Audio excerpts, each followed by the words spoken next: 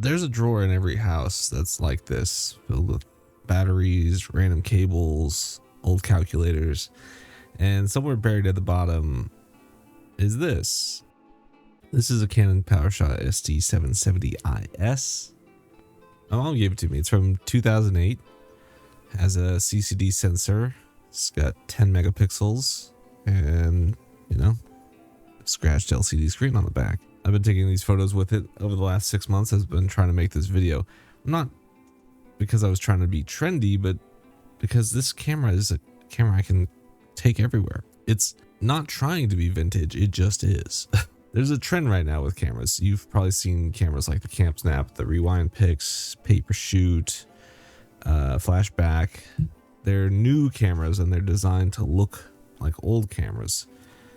No screens, fixed lenses, fake film rewind knob. They're trying to manufacture a feeling of using an old disposable camera. And I get it. People want to slow down. They want to stop looking at screens. They want photos that feel like memories, not renders, not computational like the photos out of your phone. But you don't really need to buy one of those new retro cameras to get a retro feeling. You can find one of these in your grandparents' house or in your mom's house. This is these cameras like this were premium pocket cameras back in 2008. They cost about $300 at the time. It's got a metal body. It's got a CCD sensor. It's got an optical viewfinder. It's there. It's tiny, but it's there. And 10 megapixels, that's a good amount, It's got a 3 times zoom. That's great. It goes from like 35 to about a 55. The CCD sensor's the thing people chase because people say that the colors are warmer. The highlights bloom differently than on modern camera sensors. It's not clinical. It's not high dynamic range, but it's nostalgic and it feels nice to look at. The Y2K aesthetic is kind of having a moment. Kind of chunky silver rounded plastic. The design language of the early thousands. And this camera, 2008, it's still got kind of some of that. It's sleek and slim. It's not a prop. This is not a retro edition. This is not a reissue. This is the real thing. It's got that vintage flavor because it lived through it. It has scratches to prove it. The photos it takes matches the look of the camera itself. It's a big soft flash, blown out highlights, colors that are warm but not oversaturated. It doesn't look like 2026. It looks like 2006. This camera fits in a pocket. Your phone also fits in the pocket, but the phone is a distraction machine. You take a photo, you check your email, you scroll Instagram, you forget why you picked it up. This camera does one thing. Well, 2 things. It takes photos and it takes videos. But that's it. No notifications, no TikTok, no posting it right away. Just a shutter button and a little zoom rocker on the shutter button. I mean, it really is so small. Like, this is not very comfortable for a guy with big hands.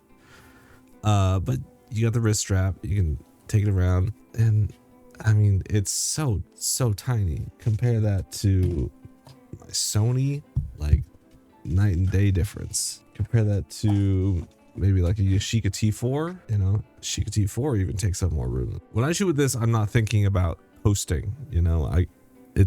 I have to pull the SD card out, and this isn't a camera that's in the era of needing an SD card. Digital cameras before this sometimes had proprietary memory cards or no memory card, and you had to have a special cable. This one has an AV out, which is mini B. God, but so many generations ago, I can't remember what it is. Mini B. I think that connects to a computer. Look, are these the sharpest photos I've ever taken? No. Do they hold up if you're a pixel peeper? Not at all.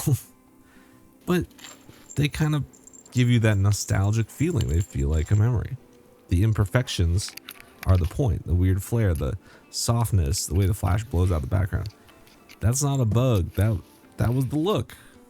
That was the look of photography for the, and unless it was a studio photography, that's how photos looked for decades. Here's the thing about this camera. It's not trying to be anything. It's not pretending to be vintage. It's just vintage. It's not marketing itself as a digital disposable. It's a camera from 2008 that happens to still work. And, you know, right now in 2026, a lot of old tech is e-waste. Some things, and people are finding them, some things do still work. And those things are, you know, gaining value. I'm not telling you to raid your grandparents' house for old digicams and flip them on eBay for a major profit. I'm not telling you that. Because looking on eBay, cameras like this right now, especially this one and this generation, going for like $200, but you could find a Kodak Easy Share for like $10. You could find other not as good cameras for cheaper. You know, check eBay, check Facebook Marketplace, check your junk drawer, check your closet. And guess what? Cameras like this, designed by a legacy camera manufacturer, you know, even in 2008, Canon had been around for at least 40 years. So they know what they're doing when they're making cameras. And these are photographic tools. They're going to give you a very specific look and a very specific kind of retro aesthetic and feel. And you're not buying a brand new camera. You're using something that is in a junk drawer somewhere. I honestly have 2 of these kind of things because family members get rid of them. So,